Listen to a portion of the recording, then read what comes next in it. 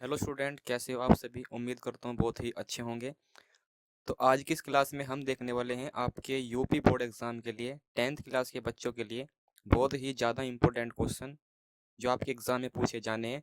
आज की क्लास में मैंने वे क्वेश्चन लिए हैं जो आपके एग्ज़ाम में बार बार पूछे जाते हैं। तो आपके जो 2025 में जो आपका मैथ का पेपर होने जा रहा है UP board exam 10th class के बच्चों के लिए, तो उस एग्ज़ाम में जो जो क्वेश्चन इंपॉर्टेंट रहेंगे वो सब हमने इस क्लास में ले लिए हैं। तो आपको यह वीडियो कंप्लीट देखनी है जिसमें आपको टॉप 50 क्वेश्चन मैं आपको वे कराऊंगा जो यूपी बोर्ड द्वारा बार बार पूछे जाते हैं। तो सभी क्वेश्चन बहुत ही ज़्यादा इंपॉर्टेंट रहने वाले हैं। तो यह वीडियो आपको कंप्लीट देखनी है। यदि आप यह वीडियो कंप्लीट देखते हैं तो आपको एग्ज़ाम में ये जो आपको क्वेश्चन कराऊंगा सेम टू सेम इसी प्रकार के क्वेश्चन देखने को मिलेंगे। तो क्लास बहुत ही ज़्यादा इम्पोर्टेंट है। जब भी आप फ्री हो तभी इस क्लास को देखिए, क्योंकि आप यह क्लास अधूरी छोड़ देंगे, आधी देखेंगे तो आपको एग्ज़ाम में फ़ायदा नहीं मिलेगा। अब तो अपना टाइम निकाल कर इस वीडियो को आपको कंप्लीट देखना है, और हो सके तो आपको नोट्स भी बना लेने हैं जो जो क्वेश्चन मैं कराऊंगा, क्योंकि आज की क्लास में बहुत ज़्यादा इंपॉर्टेंट क्वेश्चन हमने यहाँ पर लिए हैं। तो बिना किसी देरी के वीडियो को स्टार्ट करते हैं, और आज की इस वीडियो में हम यहाँ पर डिस्कस करेंगे टॉप 50 क्वेश्चन जो आपके यूपी बोर्ड एग्जाम 2025 के लिए सभी बच्चों के लिए इम्पोर्टेंट रहने वाले हैं। तो स्टार्ट करते हैं भाई। सबसे पहले हमारे पास है फर्स्ट क्वेश्चन। यहाँ पर दिया है m बराबर हमारे पास क्या 5, और n बराबर दिया है m+7। और एक बात और भी है, इस वीडियो में हम सभी डिस्कस करेंगे यहाँ पर MCQ क्वेश्चन जो आपके एग्जाम में पूछे जाने हैं। तो वीडियो कंप्लीट देखनी है। तो हमारे पास m बराबर 5 है और n बराबर है n+7। यदि मैं 5 का मान n यहाँ पे m के स्थान पर रख देता हूँ, n बराबर जो 5 दिया है, तो यहाँ n की वैल्यू कितनी आ जाएगी, 7 और 5 12। हमें आंसर निकालना है root root M square plus K N square. Root M square plus K N square की वैल्यू निकालनी है। तो बताओ भाई, m बराबर क्या है 5, और 5 कर देंगे स्क्वायर, और फिर n बराबर क्या है 12, 12 कर देंगे स्क्वायर। तो 5 का स्क्वायर आप भली बातें जानते होंगे, 5 का स्क्वायर 25 होता है, और 12 का स्क्वायर होता है 144। ठीक, इन सब को हम जोड़ देंगे। जोड़ने के बाद आएगा 169, और 169 किसका वर्ग है भाई, ये होता है 13 का वर्ग। तो इसलिए रूट से जो बाहर आएगा वो हमारे पास जाएगा 13। इस क्वेश्चन का राइट आंसर, इस क्वेश्चन का राइट आंसर हो जाएगा ऑप्शन नंबर सी। तो आज की इस क्लास में हम टॉप 50 क्वेश्चन देखने वाले हैं, MCQ क्वेश्चन देखने वाले हैं जो आपके एग्जाम के लिए इम्पोर्टेंट रहने वाले हैं। क्योंकि आपको पता है आपके एग्जाम में 20 क्वेश्चन मैथ के MCQ पूछे जाने हैं। तो यह क्लास आपके 20 क्वेश्चन जो MCQ आएंगे उनको करेक्ट कराने में मदद करेगी, क्योंकि इस क्लास में सभी इंपॉर्टेंट MCQ क्वेश्चन लिए गए हैं जो आपके पेपर में पूछे जाने हैं, इंपॉर्टेंट क्वेश्चन है। तो ध्यानपूर्वक देखिएगा सभी हमारे पास क्वेश्चन, इनका सॉल्यूशन मैं आपको बहुत ही आसान तरीके से समझाऊंगा। तो क्वेश्चन नंबर 2 आपके सामने है। यहाँ पर दो घात समीकरण दी गई है, एक्स स्क्वायर प्लस के 2x माइनस के p बराबर 0। और ये बहुत ही ज़्यादा इंपॉर्टेंट क्वेश्चन है जो आप यहाँ पर देख रहे हैं। तो यहाँ पर दो घात समीकरण दी गई है, और इस समीकरण का जो एक मूल है वो -2 है। तो p का मान निकालना है। जब भी ऐसा क्वेश्चन आएगा आपको कुछ नहीं करना, जो भी आपको दो घात समीकरण दी जाएगी बराबर 0 है यहाँ पे ये, तो आपको जो ये मूल है इसको आपको x मान लेना है, और इसको x मान के जहाँ भी वैल्यू x है वहाँ पर ये 2 पुट कर देना है -2। तो -2 रख देंगे x के स्थान पर, और इस प्रकार से हम p की वैल्यू देख लेंगे क्या है। ठीक, तो 2 का स्क्वायर हमारे पाएगा 4, माइनस का है प्लस का हो जाएगा, स्क्वायर करने के बाद प्लस माइनस माइनस 2 दूनी 4, और फिर माइनस का p इक्वल टू 0। यहाँ p से p कट जाएगा, यहाँ बचेगा 0, और ये p माइनस का है, इधर आके हो जाएगा प्लस का p। तो p बराबर 0 क्वेश्चन का राइट आंसर हो जाएगा। तो option number A right answer. आगे बात कर लेते हैं क्वेश्चन नंबर 3 की ओर। तो भाई क्वेश्चन नंबर 3 हमारे पास है। यहाँ पर बताना है कि भाई हमारे पास जो समीकरण है, हमारे पास एक समीकरण तो ये है, ये वाली, और एक समीकरण है यहाँ पे ये वाली, और जो इनके जो हमारे पास है गुणांक एक्स और वाई के जो गुणांक है ये, और जो हमारे पास है अचर पद C1 और C2। अगर जो इनके एक्स और वाई के गुणांक समीकरणों के और अचर पद जो हमारे पास C1 C2 है, इनमें जो हमारे पास ये अनुपात है आपस में इक्वल आए तो कौन सा ऑप्शन ठीक है, यहाँ पर ये बताना है।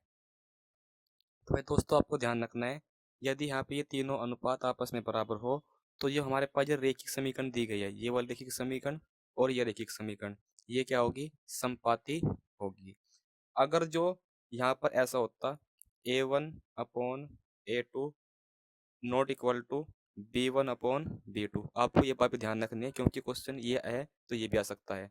अगर जो A1/A2 B1/B2 यानी कि x का गुणांक और y के गुणांक दोनों में अनुपात बराबर ना हुआ तो समीकरण क्या होगी, ये होगी एक दूसरे को प्रतिच्छेद करेगी। क्या करेगी, प्रतिच्छेद। तो ये क्या करेगी, रेखाएं प्रतिच्छेद प्रतिच्छेद करेगी। बात ठीक है।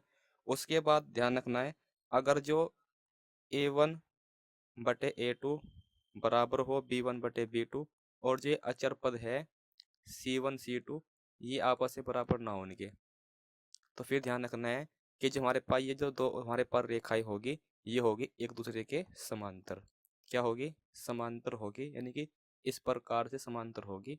और ये वाली जो रेखाएं होंगी जो A1/A2 B1/B2 आता है, तो फिर ये एक दूसरे को क्या करेगी, प्रतिच्छेद करेगी। ठीक, इतनी बात आपको ध्यान रखनी है। तो क्वेश्चन नंबर 3 का जो राइट आंसर है हो जाएगा ऑप्शन नंबर बी, क्योंकि यहाँ पे ये तीनों अनुपात आपस में बराबर है, इसलिए रेखाएं क्या होगी, समपाती होगी एक दूसरे के। और जो मैंने आपको ये दो बातें बताई अलग से, ये भी आपको नोट कर लेनी है, ये भी आपके काम आएगी। आगे देखते हैं question number next, question number 4। तो भाई क्वेश्चन नंबर 4 इंपॉर्टेंट है। हमारे पास है एक समद्विबाहु त्रिभुज।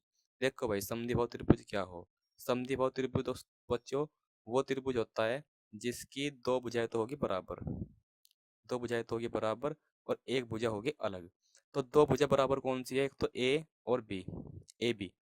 एक भुजा कौन सी बराबर है, ए और सी। तो ये ए बी और ए सी भुजाएं बराबर है आपस में, तो इनके सामने वाले कोण भी क्या होंगे, बराबर होंगे। ये प्रॉपर्टी आपको ध्यान रखनी है। यदि त्रिभुज के दो कोण बराबर है तो उनके सामने वाला, उस भुजा के सामने वाला कोण आपस में बराबर होगा। तो यानी कि कोण बी बराबर होगा कोण सी के। तो इस क्वेश्चन का राइट आंसर हो जाएगा ऑप्शन नंबर सी, एकदम एक्यूरेट आंसर। आगे बढ़ते हैं नेक्स्ट क्वेश्चन, क्वेश्चन नंबर 5 की ओर। तो भाई क्वेश्चन नंबर 5 आपके सामने है, ये रहा आपके सामने क्वेश्चन। तो यहाँ पे साइन ए बराबर है कोस ए, तो बताना है ए का मान क्या होगा। तो भाई देखो ए का मान होगा ऑप्शन नंबर सी। क्यों, देखो क्योंकि अगर हम साइन ए के स्थान पर रखते हैं ए का मान क्या, साइन 45, ए का मान रखते हैं 45, तो साइन 45 का मान होता है 1/√2। ये आपको याद करना पड़ेगा, ट्रिग्नोमेट्रिक टेबल से आप इसको याद करेंगे। उसके बाद है कोस ए, अब ए के स्थान पर रखते हैं 45, और कोस 45 का जो वैल्यू होती है ट्रिग्नोमेट्रिक टेबल से वो भी क्या होती है 1/√2। तो यहाँ पे जो है ये आपस में क्या आएंगे, बराबर आएंगे, और आपस में बराबर भी है। तो ये बराबर हमने क्या लिया 45, तब ये बराबर है। तो यहाँ पर ए की वैल्यू क्या हो जाएगी 45 हो जाएगी इस क्वेश्चन का राइट आंसर। ठीक, आगे बढ़ते हैं नेक्स्ट। तो भाई एक बात और भी है, यदि आपने अभी तक वीडियो को लाइक नहीं किया, वीडियो को लाइक कर देना है, क्योंकि यदि आपको जो कुछ मैं पढ़ा रहा हूँ आपको ये सब कुछ समझ में आ रहा है, तो इससे मुझे पता चलेगा कि आपको कितना समझ में आ रहा है, किन किन बच्चों को समझ में आ रहा है। वीडियो को यदि आप लाइक करते हैं, इससे मुझे पता चल जाएगा कि आपको समझ में आया है या नहीं आया है, जिसमें मैंने आपको अभी तक पढ़ाया है। उम्मीद करता हूँ आपको सब कुछ समझ में आ रहा होगा। आगे भी जब क्वेश्चन कराऊंगा, जो और मैं क्वेश्चन कराऊंगा इस क्लास में, वे सब भी आपको समझ में आते रहेंगे। बहुत ही आसान तरीके से हम सब कुछ समझते हुए चलेंगे। चलो भाई फिर आगे देखते हैं नेक्स्ट। हमारे पास है एक त्रिभुज है एबीसी, एक त्रिभुज है एबीसी।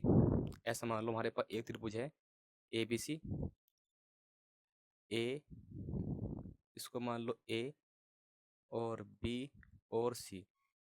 और यहाँ पे एक बात और भी है, यहाँ पे हमारे पास ये साइड दे रखी है, ए बी कितनी है साइड 6√3, और बी ए सी साइड कितनी है 12, और बी सी साइड कितनी है 6। अब आपको एक प्रॉपर्टी ध्यान रखनी है, यहाँ पर जो बड़ी वाली साइड है अगर जो बड़ी वाली साइड का स्क्वायर ये बराबर आ जाए अन्य दो छोटी साइड के स्क्वायर के योग के बराबर, अन्य दो साइड के स्क्वायर के योग के बराबर, दोबारा सुनेंगे। यदि बड़ी वाली साइड का स्क्वायर अन्य जो हमारे पास दो साइड है इनके स्क्वायर के योग के बराबर आ जाए तो देखते हैं क्या होगा। तो हमारे पास देखते हैं पहले स्क्वायर बराबर है नहीं है, देख लो एक बार पहले। 12 का स्क्वायर क्या आएगा, 144। 6 का स्क्वायर 36। और उसके बाद ये हमारे पास कितना है, यहाँ पे लिखा है 3, मैंने 2 लिख दिया गलती से, यहाँ पे है 3 और गुना 3 कर दें क्योंकि 6 का स्क्वायर 36, रूट 3 का स्क्वायर 3 आएगा, प्लस 6 का स्क्वायर 36 और 36 दिया कितना हो जाएगा, 36 दिया हो जाएगा 118। 36 दिया 118 और प्लस करेंगे 36, तो ऐसा करने पर ये आपस में बराबर आएगा 144 है। तो हम ये देख पा रहे हैं कि यहाँ पर जो है बड़ी वाली साइड का स्क्वायर अन्य दो छोटी भुजाओं के स्क्वायर के योग के बराबर आ रहा है। और जो ऐसा है तो ये बीच वाला जो कोण होगा बी, जो ये बीच वाला कोण होगा बी, ये हमारे पास हो जाएगा क्या, 90 डिग्री, यानी कि समकोण त्रिभुज हो जाएगा। क्योंकि ऐसा कब होता है, ऐसा तब होता है जब ये त्रिभुज समकोण त्रिभुज हो, समकोण त्रिभुज हो तभी हो सकता है। क्योंकि बड़ी सा वाली साइड कर्ण का स्क्वायर बराबर क्या होता है, लंब का स्क्वायर और फिर प्लस के आधार का स्क्वायर, पाइथागोरस प्रमेय से। उम्मीद करता हूँ आपको समझ में आ गया होगा। तो ये बीच वाला कोण भी कितना हो जाएगा उस क्वेश्चन के लिए, 90 डिग्री, यानी कि 90 डिग्री। आगे देखो नेक्स्ट क्वेश्चन नंबर 7।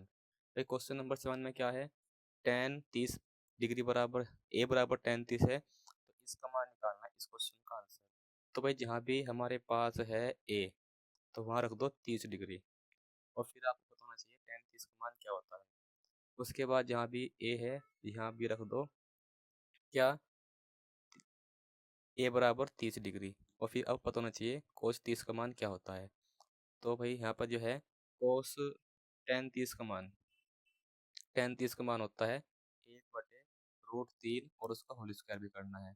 उसके बाद जो है cos 30 का मान होता है कितना, √3/2 और फिर उसका स्क्वायर भी कर देंगे। नेक्स्ट 1 सेम आएगा, 1 का स्क्वायर 1, 3 का स्क्वायर √3 का स्क्वायर 3 आएगा, फिर +1, 3 का √3 का स्क्वायर 3 और 2 का स्क्वायर 4 आएगा। फिर लेंगे एलसीएम यहाँ भी और ऊपर भी, तो ऊपर से जब यहाँ पे लेंगे एलसीएम तो यहाँ पर आएगा 3 और फिर यहाँ 3 एकम 3 और फिर +1।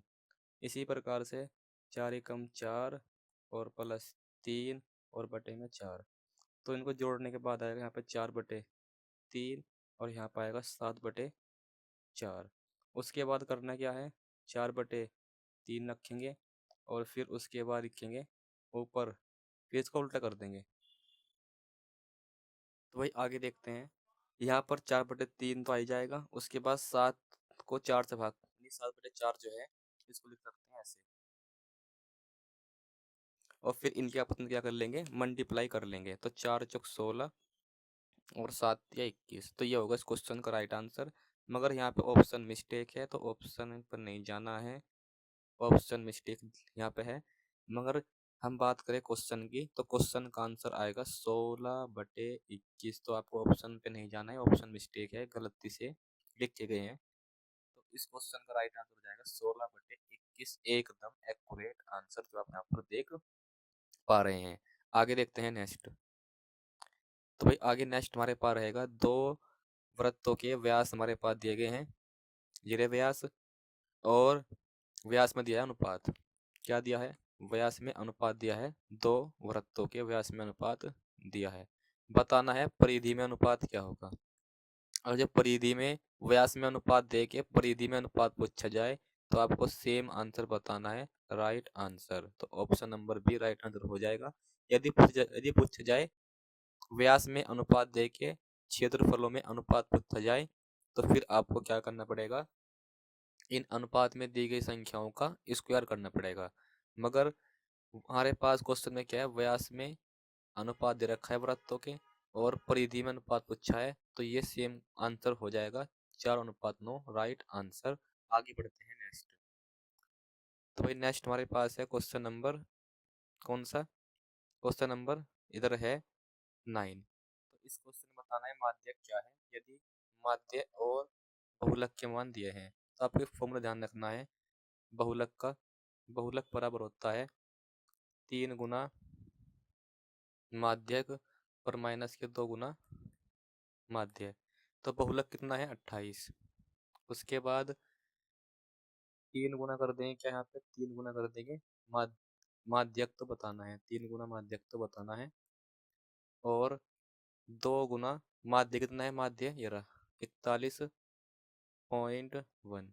तो 28 सेम टू सेम रहेगा। फिर 3 गुना क्या लिखेंगे, माध्यक लिखेंगे, मगर ये आपको उससे पहले फॉर्मूला याद होना चाहिए, तो ये आपको याद कर लेना है। ठीक, आगे इसके बाद देखो 2 से गुना कर देंगे, आएगा 48.2। ये माइनस का है, इधर आके हो जाएगा प्लस का 48.2।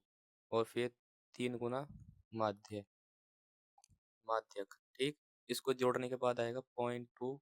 और 8 और 8 16 6 का हासिल 1। और 4 और 2 6 और 1 7। तो जोड़ने के बाद ये आएगा, उसको फिर हम 3 से भाग करेंगे, तो 3 से भाग करने पाएगा 3 दूनी 6 और 3 पंजे 15 और 3 चौक 12। तो ये हो जाएगा आंसर भाग करने के बाद माध्यक। इस क्वेश्चन का राइट आंसर ऑप्शन सी। और ऐसा क्वेश्चन इंपॉर्टेंट है आपके एग्जाम के लिए, तो इसके लिए आपको ये फॉर्मूला ध्यान रखना पड़ेगा, याद रखना पड़ेगा एग्जाम तक। ठीक, उसके बाद देखो क्वेश्चन नंबर 10। क्वेश्चन नंबर 10 आसान क्वेश्चन है, समझते हैं। यहाँ पर बताना है माध्यक सारणी आपके सामने दी गई है। तो जब भी ऐसा क्वेश्चन आएगा तो आपको करना क्या है, देखो। तो आपको सबसे पहले ध्यान रखना है, यहाँ पर एक टेबल बना के सिखाऊंगा आपको, जिससे कि आपको समझ में आए ये क्वेश्चन करना कैसे है। सबसे पहले तो यहाँ पे टेबल बनेगी कितनी, 4 टेबल बनेगी, तब ये क्वेश्चन हो पाएगा। तो आइए सीखते हैं। सबसे पहले लिखेंगे, यहाँ पर लिखेंगे वर्ग अंतराल। तो वर्ग अंतराल हो जाएगा 0 2 और 2 4 4 6 और 6 8 और 8 और 10। फिर यहाँ लिखेंगे बारंबारता f, जो यहाँ पर दिया क्वेश्चन कितनी 3 1 5 4 7। फिर लिखेंगे x का मान किसे निकलेगा, 0 को और 2 को ऐड करेंगे कितना आएगा 2, और 2 को 2 से भाग कर देंगे तो 1। फिर यहाँ पर ध्यान देंगे जो हमारे पास है 2 और 4, जो अंतराल में दिया है 2 और 4 दोनों को ऐड करेंगे कितना आएगा 6, और 6 को 2 से भाग कर देंगे 3। उसी प्रकार से आगे यहाँ पाएगा 5, यहाँ पाएगा 7 और यहाँ पाएगा 9। उसके बाद फिर एफ यू गुना एक्स में कर देंगे। तो 3 एकम 3 3 एकम 3 5 पंजे 25 और 4 सत्ते 28 और 7 निम 63। फिर जो बारंबारता एफ है, इसके सभी नंबर को ऐड कर लेंगे। यहाँ लेंगे बारंबारताओं का योग, 3 और 1 4, 4 और 5 9, 9 और 4 9 और 4 हो जाएगा 13 और 7 20, यहाँ पाएगा 20। फिर लिखेंगे सभी जो हमारे पास एफ गुना एक्स नंबर आए हैं, एफ गुना एक्स करके जो नंबर आए हैं इनको जोड़ लेंगे। तो जोड़ने के बाद आएगा 3 और 3 6, 6 और 25 कितना हो जाएगा 31, 31 और 28 कितना हो जाएगा 31 और 28 हो जाएगा 59, 59 और 63, 59 और 63 कितना हो जाएगा, तो ये हो जाएगा 122। तो जोड़ने पर यहाँ पाएगा 122। उसके बाद देखो यहाँ निकालते हैं भैया समांतर माध्य। तो समांतर माध्य क्या आएगा, देखो भैया समांतर माध्य निकलेगा जो f गुना x टोटल जोड़ के आया है, एक तो लिख दो। तो कितना आया हमारे पास यहाँ पे, ये आया है 122 और भाग कर देंगे 20 से।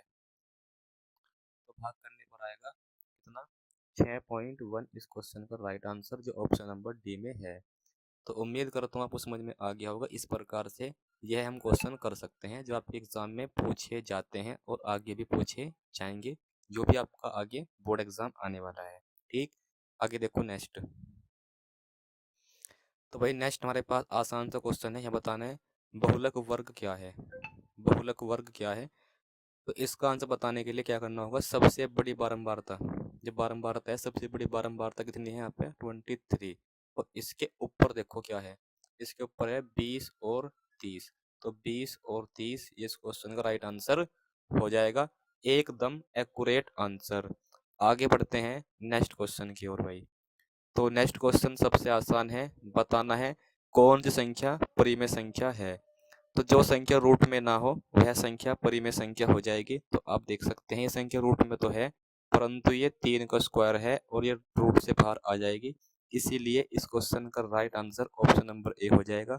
तो परिमेय संख्या वो संख्या होती है जो रूट के अंदर ना हो और एक कंप्लीट नंबर हो, ठीक। परंतु देखो ये एक कंप्लीट नंबर नहीं है, ये बार बार आगे बढ़ रहा है। तो ये परिमेय संख्या नहीं है, ये रूट के अंदर है, और रूट के अंदर है तो इस किसी नंबर का स्क्वायर नहीं है, तो ये भी एक अपरिमेय संख्या है। ऐसे रूट के अंदर 3 है परंतु किसी भी संख्या का वर्ग नहीं है, इसलिए ये भी 1 हो जाएगी अपरिमेय संख्या। तो परिमेय संख्या ऑप्शन नंबर ए है, क्योंकि जो 9 है ये 3 का स्क्वायर है और रूट से बाहर 3 आ जाएगा और ये हो जाएगी एक पूर्ण संख्या, और पूर्ण संख्या क्या होती है, परिमेय संख्या, ठीक। आगे बढ़ते हैं नेक्स्ट। तो भाई नेक्स्ट हमारे पास है क्वेश्चन नंबर 13। दो समीकरण दी गई है, x प्लस वाई बराबर है 10 और x माइनस वाई बराबर है 4। तो बताना है समीकरणों का हल क्या होगा। यदि हम हल की बात करें तो इन समीकरणों का हल ऑप्शन नंबर बी है। क्यों? क्योंकि x और y 7 और 3 को हम जोड़ते हैं तो जोड़ने पर आएगा 10, और 7 और 3 को घटाते हैं तो घटाने पाएगा 4, जो एकदम सही बैठ रहा है इन समीकरणों में, ठीक। तो ऑप्शन नंबर बी इस क्वेश्चन का राइट आंसर हो जाएगा। इस प्रकार से ये क्वेश्चन किया जा सकता है। और एक बात और सुन लो भाई, सभी क्वेश्चन मैंने जो लिए हैं इस क्लास में सारे क्वेश्चन पेपर में पूछे गए हैं, तो आप एक भी क्वेश्चन स्किप नहीं कर सकते, यानी कि एक भी क्वेश्चन आप छोड़ नहीं सकते, सभी क्वेश्चन को आपको समझते हुए चलना है। तो आगे बढ़ते हैं क्वेश्चन नंबर 14 की ओर। तो 14 में क्या है, यह बताना है एक्स अक्ष से दूरी कितनी है, बिंदु हमारे पास ये रहा, इसकी एक्स अक्ष से दूरी क्या है। तो ध्यान देंगे ये होता है एक्स और ये होता है वाई। तो यहाँ पूछा है एक्स अक्ष से दूरी, तो बताएंगे वाई वाला सॉरी एक्स वाला आंसर। यहाँ पूछा है वाई अक्ष से दूरी क्या है, तो हम बताएंगे एक्स वाला आंसर जो है यहाँ पे 5 मात्रक क्वेश्चन का राइट आंसर। दोबारा सुन लो, जो भी बिंदु दी जाएगा उसमें पूछा जाएगा एक्स अक्ष से दूरी, तो आपको बताना है वाई वाला आंसर। यदि पूछा जाए वाई अक्ष से दूरी, तो वाई अक्ष से दूरी बताने के लिए हम बताएंगे एक्स वाला आंसर। और ध्यान देंगे सुर बिंदु कोई भी बिंदु हो उसमें पहले एक्स की वैल्यू होती है और फिर होती है वाई की वैल्यू, ये भी आपको ध्यान रखना है, ठीक। तो option number C right answer हो जाएगा। आगे बढ़ते हैं नेक्स्ट। तो भाई आगे नेक्स्ट है, आसान सा क्वेश्चन है, समझते हैं। यहाँ पर दिया है साइन स्क्वायर क्या 18, इसको मैं क्या लिख सकता हूँ, 90 माइनस 18 लिख सकता हूँ, क्योंकि 90 में से मैं सॉरी 90 माइनस 72, क्योंकि 90 में से 72 घटाऊंगा तो 18 ही आ जाएगा। तो किसी एक को चेंज करना है, ठीक। और ये क्वेश्चन मैंने इस प्रकार का क्यों करना है, तो आपको ध्यान रखना है, यदि यहाँ पे जो हमारे पास ये थीटा की वैल्यू दी जाएगी डिग्री में, अगर जो इनको जोड़ के 90 डिग्री आ जाए, तो आपको ये क्वेश्चन इसी प्रकार से करना है जिस प्रकार से मैं आपको करा रहा हूँ, ठीक। अब आपको ध्यान रखना है साइन 90 माइनस क्या होता है, साइन 90 माइनस थीटा होता है कोस थीटा। और इसी प्रकार से यहाँ लिखेंगे कोस थीटा, स्क्वायर है स्क्वायर लगा लो, और थीटा क्या है 72, यहाँ पाएगा 72। इसको चेंज नहीं करना, किसी एक को चेंज करना है। अगर जो क्वेश्चन में इस प्रकार से 90 बन जाए, 90 डिग्री बन जाए, ठीक। अब आप देख पा रहे होंगे दोनों संख्या सेम सेम है, तो घटाने पर क्या आएगा, 0 आएगा। तो ऑप्शन बी इस क्वेश्चन का राइट आंसर रहेगा। बात ठीक है। और एक बात और भी है, देखो आपको कोई क्वेश्चन ऐसा लगता है कि जो सब क्वेश्चन आपको समझ में नहीं आया है, तो आप वीडियो को थोड़ा सा पीछे करके उस क्वेश्चन को दोबारा देख सकते हैं ध्यानपूर्वक। ऐसा कोई क्वेश्चन नहीं है जो आपको समझ में नहीं आए, हर क्वेश्चन समझ में आएगा, ठीक। तो ये बात ध्यान रखनी है, यदि कोई क्वेश्चन समझ में नहीं आता है तो आपको वीडियो को पीछे करके वह क्वेश्चन दोबारा देखना है, ध्यानपूर्वक समझ में आ जाएगा, ठीक। आगे बढ़ते हैं नेक्स्ट। तो भाई नेक्स्ट हमारे पास है क्वेश्चन नंबर 16। क्वेश्चन नंबर 16 क्या कहता है, ये सब संख्याएं हैं और इनका जो माध्य है वो x है, तो संख्या x का मान बताओ, ठीक। तो देखो भैया, ये सब संख्या हमारे पास ये रही। एक बात ध्यान रखो, जो हमारे पास माध्य है इसका फॉर्मूला होता है संख्याओं का योग। तो संख्याओं का योग कर लो जो संख्या दी है, ठीक। और फिर उसके बाद लिखते हैं संख्याओं की, पदों की संख्या कितनी है, 1 2 3 4 5। तो 5 से भाग करेंगे और इन सभी संख्याओं का जो माध्य है वो कितना है, x। तो यहाँ लेंगे x, इन सभी संख्या को जोड़ लेंगे। तो 8 और 7 15, 15 और 11 26, 26 और 14 हो जाएगा 40, प्लस के x बराबर 5। उसके बाद ये 5 गुना यहाँ कर लो, तो 5 एकम 5x, और ये प्लस का x इधर आके माइनस का x हो जाएगा, बराबर आएगा 40। दोबारा सुन लो, 5 एकम 5x, और जो x ये प्लस का है यहाँ पे, ये x प्लस का है, इधर आके माइनस का हो जाएगा। ठीक। तो घटाएंगे तो बचेगा 4x बराबर 40, 4 से भाग कर देंगे, 4 40। तो x की वैल्यू हो जाएगी यहाँ पे कितनी, 10। इस क्वेश्चन का right answer option number B. आगे देखते हैं नेक्स्ट। तो भाई आगे हमारे पास है नेक्स्ट क्वेश्चन नंबर आपके सामने 17। तो 17 क्वेश्चन पर हम यहाँ पर आ गए हैं। तो देखते हैं क्वेश्चन नंबर 17 का राइट आंसर क्या आएगा। तो भाई यहाँ पर देखते हैं क्वेश्चन नंबर 17। इस क्वेश्चन में क्या है, दो घात समीकरण दी गई है। यह है दो घात समीकरण, ठीक। और इसके क्या है, मूल बराबर है। ठीक। अगर जो हमारे पास जो है दो घात समीकरण के मूल बराबर है, तो आपको ध्यान रखना है क्या, बी स्क्वायर माइनस 4ac बराबर क्या आएगा, 0। दोबारा सुन लो, यदि दो घात समीकरण के मूल क्या है, बराबर है, तो यहाँ पे जो x का गुणांक है b, उसका स्क्वायर, और माइनस आएगा 4ac। a क्या है, एक्स स्क्वायर का गुणांक, और c क्या है, अचर पद। ठीक। तो यहाँ पे c का मान निकालना है, तो निकालते हैं। ये माइनस का है, इधर आएगा प्लस का हो जाएगा, और c का मान निकालने के लिए 4a से बी स्क्वायर को भाग कर देंगे। तो c बराबर आएगा बी स्क्वायर बटे 4a, इस क्वेश्चन का राइट आंसर। तो ऑप्शन नंबर डी इस क्वेश्चन का हो जाएगा एकदम accurate answer, option number D. आगे देख लेते हैं नेक्स्ट। नेक्स्ट है, 1 से लेके 8 तक की सभी धनात्मक सम संख्याओं का औसत क्या होगा, सॉरी समांतर माध्य क्या होगा। तो पहले देखो 1 से लेके 10 तक की धनात्मक सम संख्या कौन कौन सी होगी।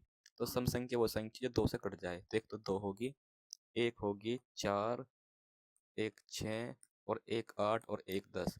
तो इनका क्या निकालना है, इनका निकालना है समांतर माध्य। तो समांतर माध्य कैसे निकलेगा, इन सभी संख्याओं को पहले जोड़ना पड़ेगा। तो इन सभी संख्याओं को जोड़ लेंगे, यानी कि ऐड कर लेंगे। और फिर कितनी संख्या है, 5, 5 संख्या है, 5 से भाग कर देंगे। देख लो 5 कैसे है, 1 2 3 4 5। तो ये 5 संख्या है, 5 से भाग करना पड़ेगा। सभी संख्याओं को जोड़ते हैं, तो जोड़ने के बाद कितना आएगा, 30। और 30 को 5 से भाग करेंगे, तो 5 से भाग करने पर आएगा 6। तो ऑप्शन नंबर डी इस क्वेश्चन का राइट आंसर रहेगा। आगे देखते हैं नेक्स्ट क्वेश्चन। तो भाई क्वेश्चन नंबर हम आ चुके हैं क्वेश्चन नंबर 19 पर। तो बताना है संख्या 156 का अभाज्य गुणनखंड क्या है, और यह क्वेश्चन इंपॉर्टेंट है, आइए समझते हैं। तो 156 का बताना है अभाज्य गुणनखंड। तो सबसे पहले 2 से भाग कर देंगे, 2 सत्ते 14 और 2 अठे 16। फिर 2 से भाग करेंगे, 2 तिया 6 और 2 निम 18। उसके बाद 3 से भाग करेंगे, 3 एकम 3 और 3 तिया 9। उसके बाद फिर भाग करेंगे 13 से, 13 एकम 13। तो इस प्रकार से ये जो नंबर मिलेंगे हमें, ये नंबर यही क्या होंगे, अभाज्य गुणनखंड, जिनको हम लिख सकते हैं 2 गुना 2 और गुना 3 और गुना कितना, 13। तो इस क्वेश्चन का जो राइट आंसर है, ऑप्शन मिस्टेक है, थोड़ा सही करेंगे। यहाँ पर पावर कितना है, 2। यहाँ पावर कितना है, 2। तो ऑप्शन नंबर ए ठीक है, क्योंकि जो 2 है वो 2 बार है, तो पावर 2 हो जाएगी, और गुना 3 और गुना 13। तो मैच कर लो, सेम सेम बनेगा ऑप्शन नंबर ए। तो ऑप्शन ए ही इस क्वेश्चन का राइट आंसर है। आगे देखते हैं क्वेश्चन नंबर 20। क्वेश्चन नंबर 20 भी एक इम्पोर्टेंट क्वेश्चन रहेगा आपके एग्जाम के लिए। तो समझते हैं क्वेश्चन नंबर 20 कैसे करना है। अब देखो हमारे पास जो है, इनको इस क्वेश्चन में दो रैखिक समीकरण दी गई है। तो पहले देख लेंगे दो रैखिक समीकरण कौन सी है। तो ये दो रैखिक समीकरण दी गई है, एक तो ये रही, और एक रैखिक समीकरण ये रही। तो ये आपस में हमारे पास क्या है, इस समीकरण में दिया गया है, तो बराबर दी है 5 के और 10 के। ठीक। अब यहाँ पे क्या लिखा है, अपरिमित रूप से इनके अनेक हल है। इसी बात को पढ़ना है बस हमें। इस बात को पढ़ के क्या लिखना है, यदि हमारे पास किसी भी दो रैखिक समीकरणों के अपरिमित रूप से अनेक हल हो तो हम क्या करेंगे। तो आपको ध्यान रखना है x गुणांक और x गुणांक ये लेंगे आपस में बटे में, और फिर बराबर लेंगे y का गुणांक और y का गुणांक ये लेंगे आपस में बटे में। और जो समीकरण में लिखा है रैखिक समीकरण के अपरिमित रूप से अनेक हल है, और यहाँ तक हम निकाल लेंगे अपना राइट आंसर। आइए देखते हैं कैसे। दो एकम दो, दो तिया दो दूनी चार, फिर के जी गुना एक में करेंगे तो क्या आएगा, और दो जी गुना इस तीन में कर देंगे तो दो तिया यहाँ पर हो जाएगा कितना, छः। तो के का मान यहाँ पर हो जाएगा 6, इस क्वेश्चन का राइट आंसर। तो आपको ध्यान रखना है जब भी दो रैखिक समीकरण युग्मों के अनेक हल दिए जाएं तो हमें x का गुणांक और y का गुणांक आपस में बराबर रखना है और फिर अपना आंसर निकाल लेना है। ठीक, आगे देखो नेक्स्ट। तो भाई नेक्स्ट हमारे पास क्वेश्चन आ चुका है 21।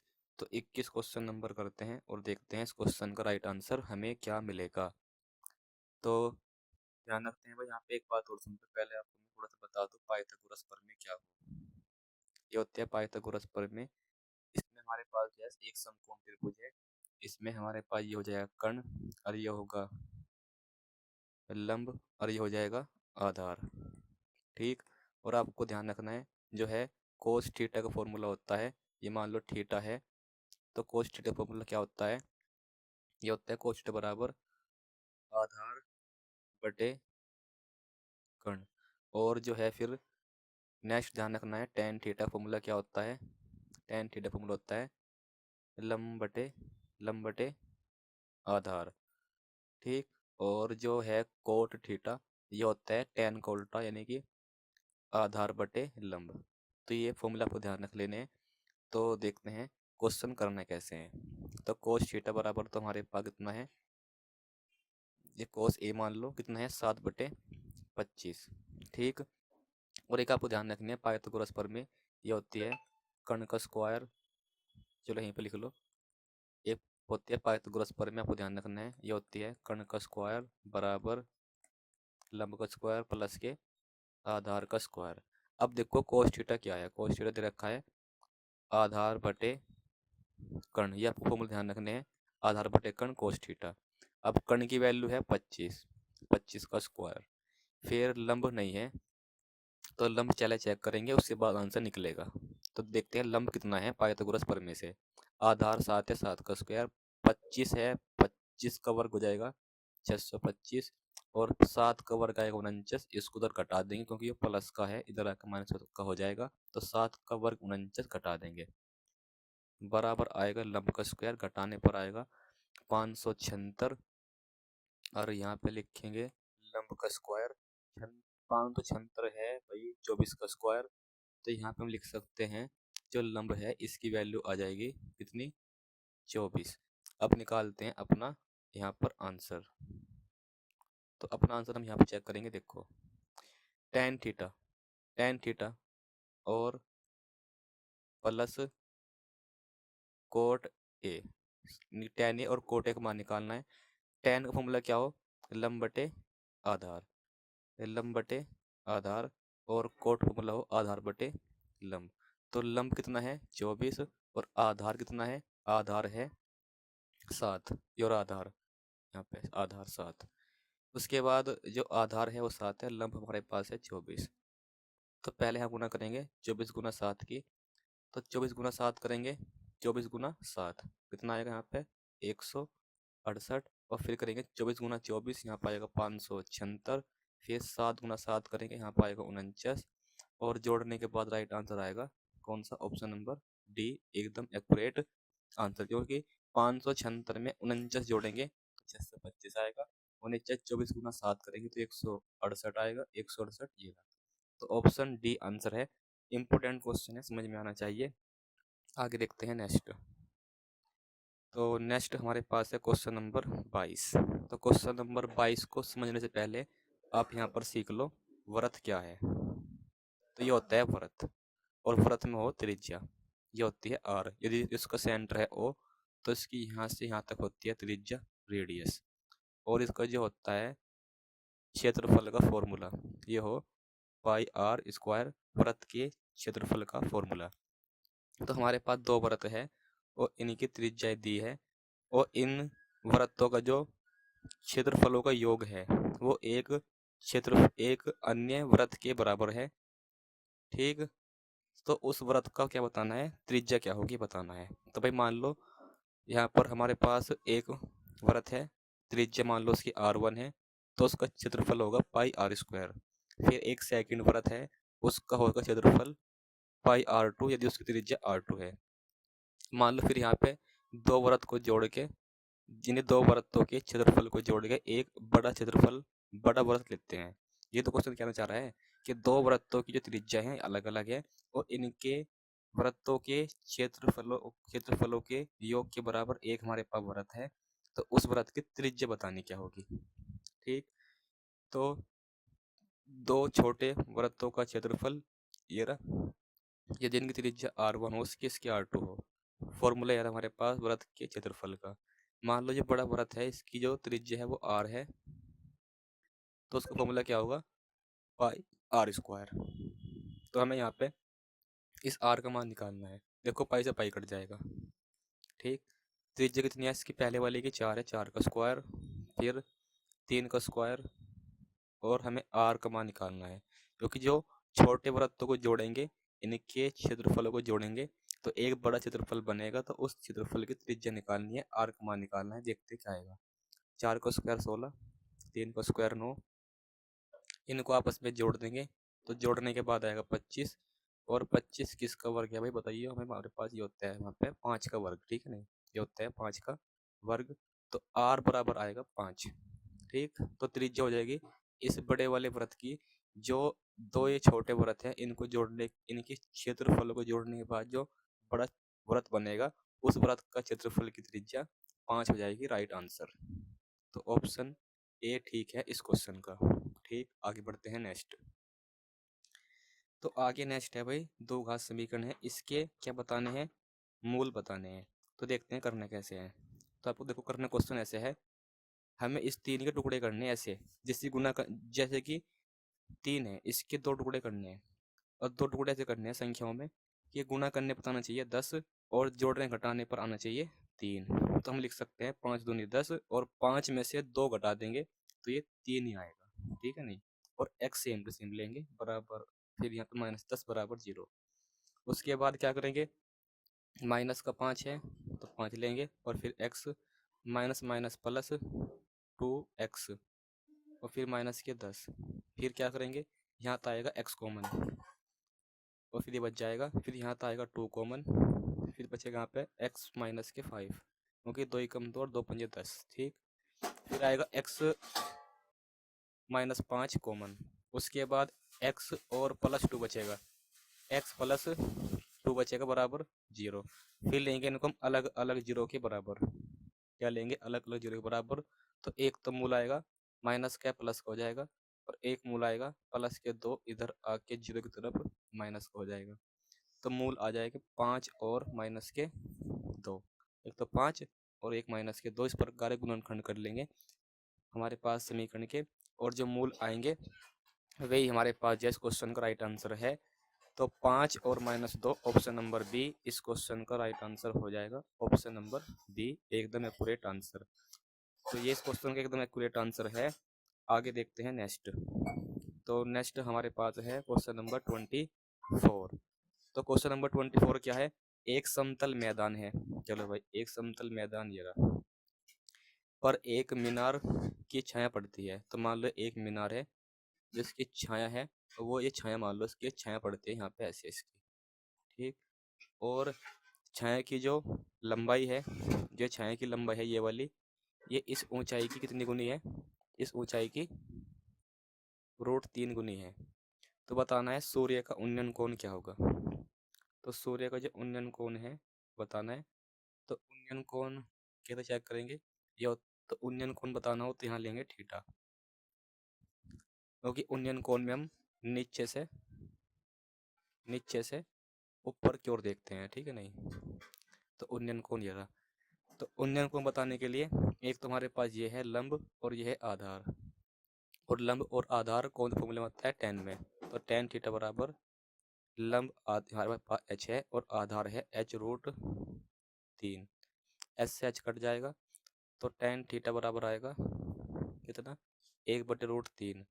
और 1/√3 tan में किसकी वैल्यू हो, 30 की। ध्यान रखना है tan 30 का मान 1/√3 होता है, तो 1/√3 के स्थान पर tan 30 ले सकते हैं।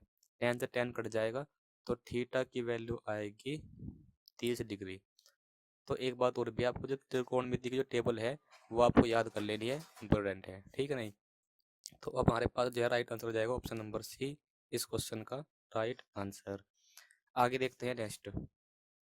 तो भाई नेक्स्ट यहाँ पर है, नेक्स्ट आपके सामने एक क्वेश्चन है जो है क्षेत्रफल आयतन का। तो यहाँ पर क्या है, 45 सेंटीमीटर ऊंचाई और 4 सेंटीमीटर व्यास वाला एक धातु का ठोस बेलन है। इसको पिघलाकर 6 सेंटीमीटर व्यास के कितने गोले बनाए जा सकते हैं। तो आपको ध्यान रखना है, जब भी हम किसी वस्तु को पिघला कर नई वस्तु बनाएंगे तो उस कंडीशन में उन दोनों वस्तुओं के आयतन बराबर होंगे। तो यहाँ पर लेंगे हम, हमारे पास एक बेलन है, बेलन को पिघला कर बनाना है गोला। तो यहाँ पर लेंगे बेलन का जो हमारे पास है आयतन बराबर लेंगे किसके, गोले का आयतन है, क्योंकि हमने बेलन को पिघाल कर गोला बनाया है, तो बेलन का आयतन गोले के आयतन के बराबर होगा। ठीक, अब आपको ध्यान रखना है बेलन के आयतन का फॉर्मूला क्या हो, तो ये हो पाई r² h, और गोले के आयतन का फॉर्मूला क्या हो, 4/3 पाई r², सॉरी r³ आएगा। और गोले बनाने हैं छोटे छोटे, तो कितने गोले बनेंगे उनकी संख्या बतानी है, तो गुना कर देंगे n। तो n का मान निकालना है, क्या आएगा, पाई से पाई कट जाएगा। अब देखो हम r से r नहीं काट सकते क्योंकि त्रिज्या अलग अलग है दोनों की। तो यहाँ पे जो है बेलन का व्यास दिया है व्यास, और व्यास का आधा कर देंगे तो क्या आएगी त्रिज्या, और r4 होती है त्रिज्या, तो r के स्थान पर रखेंगे 2। और हाइट कितनी है बेलन की, 45, तो यहाँ पर आएगा 45।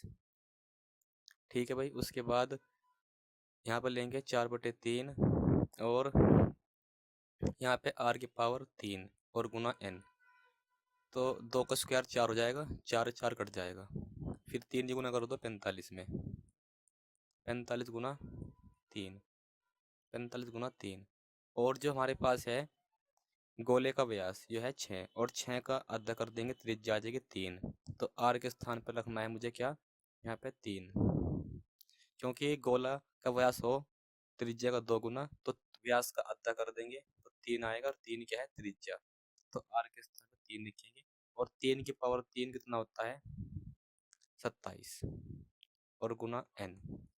उसके बाद 3 से भाग करेंगे, 3 नम 27 और 9 पंजे 45, तो n का मान आएगा 5। तो हम कह सकते हैं एक जो बेलन है उसको पिघाल कर 6 सेंटीमीटर व्यास के जो गोले बनेंगे उनकी संख्या 5 होगी। ऑप्शन नंबर ए इसको, सॉरी ऑप्शन नंबर बी इस क्वेश्चन का हो जाएगा राइट आंसर। तो भाई हमने जो अभी तक जो है 25 क्वेश्चन डिस्कस कर लिए हैं, और ये सभी क्वेश्चन आपको जो कराए जा रहे हैं सभी इंपॉर्टेंट हैं। हर एक क्वेश्चन समझते हुए चलना है, क्योंकि सारे ही क्वेश्चन मोस्ट रिपीटेड क्वेश्चन है, ये यूपी बोर्ड एग्जाम में बार बार पूछे जाते हैं, तो ये सब आपको ध्यान रखना है। उसके बाद हमारे पास जो 25 क्वेश्चन बचे हैं इनको भी हम इसी क्लास में डिस्कस करेंगे। तो आइए बढ़ते हैं नेक्स्ट। तो नेक्स्ट हमारे पास है दो संख्याओं का लैस है इतना, ये दो संख्या है इनका लैस है ये रहा, और इन दो संख्याओं का में से बताना। तो आपको ध्यान रखना है एक फॉर्मूला, दो संख्याओं का गुणनफल बराबर होता है में से गुना लैस है। तो दो संख्याओं का गुणनफल बराबर होता है लैस है और गुना में से। तो दो संख्या हमारे पास कौन कौन सी है, ये रही, तो ये दो संख्या है, तो इन दो संख्याओं का जो हमारे पास है गुणनफल ये बराबर होगा लैस है, लैस कितना है 3168, गुना बराबर होगा में से, यानी कि हम दो संख्याओं की गुना करते हैं तो बराबर आएगा लैस से गुना में से। ठीक, उसके बाद हमें निकालना में से का मान। तो देखो करना कैसे है, इसको भाग कर लो 11 से, 11 कम 11 और 11 दूनी 22, ऐसे भाग कर लो। यहाँ पे 11 या दूनी 22, 11 दूनी 22, कितना बचेगा 9, और फिर 11 अठे 88 और 11 88, तो ये 11 से 12 बार कट जाएगा 132, और ये 3168 11 से कट जाएगा 288 बार, और 288 से 288 कंप्लीट भाग हो जाएगा। तो हम कह सकते हैं जो हमारा में से आएगा, में से इसकी जो वैल्यू होगी वो होगी 12। तो आपको ध्यान रखना है ये फॉर्मूला, दो संख्याओं का गुणनफल बराबर में से गुना ले से, और इस फॉर्मूले से यह क्वेश्चन आपके एग्जाम में पूछा गया है, आगे भी पूछा जा सकता है, इम्पोर्टेंट है। तो option number D right answer हो जाएगा। ऑप्शन डी क्वेश्चन नंबर 26 का राइट आंसर। ठीक, चलो भाई आगे देखते हैं। नेक्स्ट यहाँ बताना है दो घात समीकरण दी गई है, इसके मूलों को योग बताना है। क्या बताना है? मूलों का योग। तो मूलों के योग का एक फॉर्मूला होता है, वो आपको ध्यान रखना पड़ेगा। ये होता है माइनस के एक्स का गुणांक, क्या? एक्स का गुणांक, और बटे में एक्स स्क्वायर का गुणांक। तो ये फॉर्मूला होता है किसका? दो घात समीकरण के मूलों के योग का। तो एक्स का गुणांक यहाँ पे क्या है? एक्स का गुणांक है -3। तो यहाँ यहाँ हमारे पास लिखेंगे -3। उसके बाद है भाई एक्स स्क्वायर गुणांक, और एक्स के स्क्वायर गुणांक कितना है? 5। तो यहाँ रखेंगे 5, माइनस माइनस हो जाएगा प्लस, तो यहाँ पाएगा 3/5 इस क्वेश्चन का राइट आंसर। तो राइट आंसर रहेगा 3/5, ऑप्शन नंबर ए इस क्वेश्चन का राइट आंसर। आगे देखते हैं नेक्स्ट। तो नेक्स्ट यहाँ पर है क्वेश्चन नंबर 28। तो क्वेश्चन नंबर 28 देख लेते हैं। तो भाई हमारे पास जो है एक दो त्रिभुज है, और ये क्या है? समरूप है। दो त्रिभुज समरूप है, ठीक। और इनके जो है क्षेत्रफलों में अनुपात दिया है। क्या दिया है? क्षेत्रफलों में अनुपात कितना है? 16:25। और आंसर बताना है इनकी भुजाओं में अनुपात क्या होगा, बताना है भुजा में अनुपात। तो कुछ भी नहीं करना, बस देखना कि ये किसका वर्ग है। हमारे पास 16, ये 4 का वर्ग है, यहाँ लिखेंगे 4। और ये 25 किसका वर्ग है? 5 का, तो यहाँ लिखेंगे 5।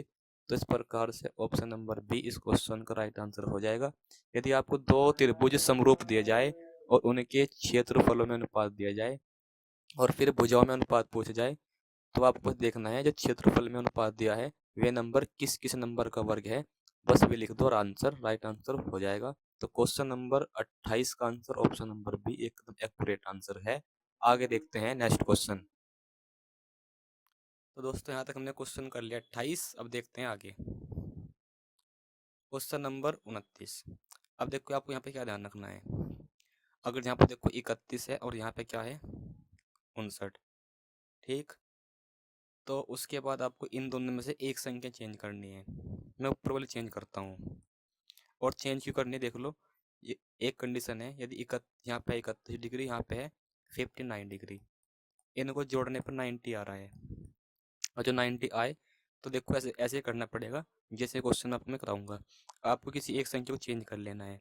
चेंज यानी कि 90 में से हम अगर जो घटाएंगे 59, तो 31 ही आएगा। चे घटा कर देख लो, ठीक। अब नीचे वाली संख्या लिखेंगे सेम। और एक बात और भी है, क्वेश्चन मिस्टेक है, यहाँ पर ये साइन नहीं है भाई, ये होगा कोस। ये क्या होगा? कोस। तो ये क्या हो जाएगा? यहाँ पर रहेगा कोस। तो इधर लिखना पड़ेगा हमें कोस, तब ये क्वेश्चन बिल्कुल सही है, ठीक। तो इस क्वेश्चन को सही करने की आवश्यकता है। यहाँ पर आएगा कोस, ठीक। यहाँ पर आएगा कोस। कोस क्या? कोस 59।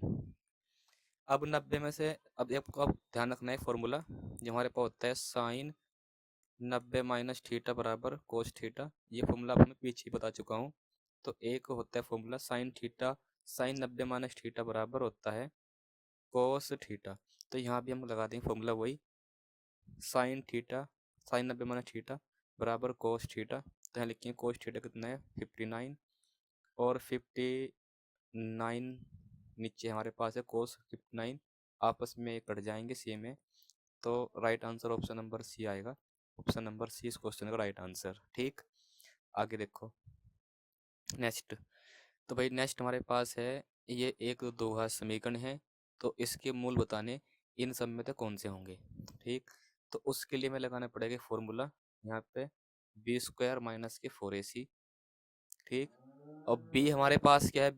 b है x का गुणांक जो है -12, फिर -4। a क्या है? x² गुणांक जो कितना है? यहाँ पे 4। और c हमारे हो जाएगा ये जिससे गुणा में x और y ना आए, वही है c। तो सी कितना है 9। तो देखते हैं आंसर क्या आएगा। यहाँ स्क्वायर करना पड़ेगा, 12 का स्क्वायर 144, फिर 4 चौक 16, 16 निम्मा 144। अब देखो घटाने पर जीरो आ रहा है। अगर जो घटाने पर है जीरो आ जाए तो क्या है, इसके जो मूल है वास्तविक व बराबर होंगे। Right answer option B. अगर जो हमारे पास इसका आंसर आता माइनस में, तो उसके जो है मूल क्या होते, वास्तविक नहीं होते, वास्तविक नहीं होते। अगर जो इसका आंसर आता प्लस में, तो 4 8 5 जो भी आता, तो फिर होते मूल वास्तविक व समान, सॉरी वास्तविक व असमान। मगर जीरो आ गया है तो जीरो आएगा, तो इसके मूल वास्तविक व बराबर होंगे। ऑप्शन बी राइट आंसर है। समझ में आया होगा, इंपोर्टेंट है। तो ये फॉर्मूला से आंसर निकालना है। आगे देखते हैं नेक्स्ट।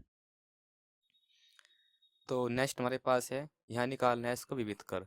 और विविध कर क्या होता है, विविध कर होता है बी स्क्वायर माइनस के 4ac। तो 4ac होता है विविध कर का फॉर्मूला, ये हमें यहाँ पे निकालना है।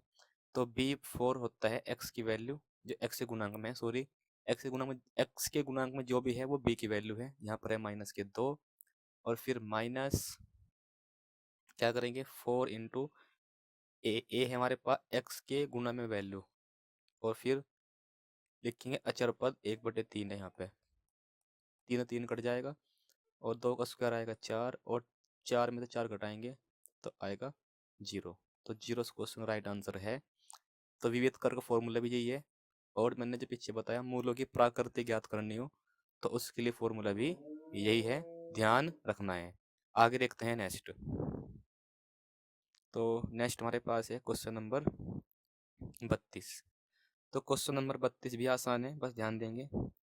10 45 का मान होता है 1, 1 का स्क्वायर कर दो, फिर प्लस 10 हमारे पास है कोस 30, कोस 30 का मान होता है √3/2, इसको स्क्वायर कर दो।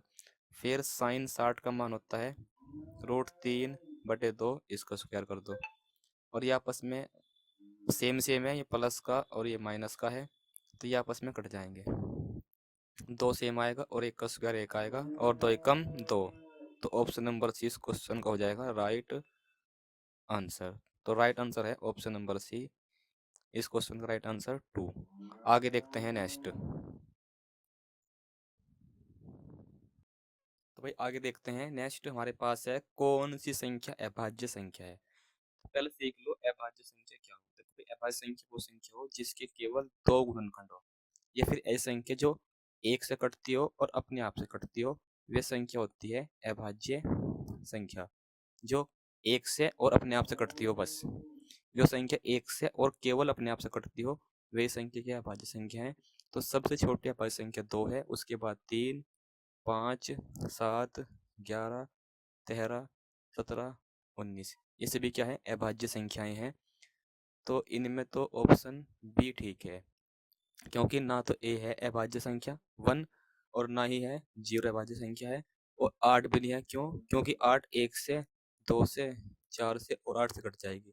और अभाज्य संख्या वो है जो केवल 1 से कटे और अपने आप से कटे। अभी तो 2 से भी और 4 से भी कट रही है, इसलिए ये अभाज्य संख्या नहीं है। तो बी ऑप्शन हमारे पास सी ऑप्शन है हमारे पास 2, यह हो जाएगी अभाज्य संख्या, राइट आंसर। आगे देखते हैं नेक्स्ट। तो आगे हमारे पास है नेक्स्ट, दो हमारे पास त्रिभुज है, ये आपस में समरूप है, इनके क्षेत्रफलों में अनुपात दिया है, भुजाओं में अनुपात बताना है। ये क्वेश्चन मैं आपको पीछे करा चुका हूँ, कैसे करेंगे। ये 81 9 का वर्ग है, और ये 121 11 का वर्ग है। तो इनकी भुजाओं में जो अनुपात आएगा 9 और 11 हो जाएगा। इनकी भुजाओं में आंसर 9 और 11 राइट आंसर। तो भुजाओं में अनुपात हो जाएगा 9 और 11, इस क्वेश्चन का right answer option number A. आगे देखते हैं नेक्स्ट क्वेश्चन। तो नेक्स्ट क्वेश्चन हमारे पास है भाई आगे 35। तो हमने जो है क्वेश्चन 35 पर हम आ चुके हैं, उसके बाद आपके 15 क्वेश्चन ये और बचे हैं। इन 15 क्वेश्चनों करने के बाद यह क्लास कंप्लीट हो जाएगी, और आपको सभी महत्वपूर्ण जो 50 क्वेश्चन मैंने कराए वे आपके एग्जाम में आपको हेल्प करेंगे।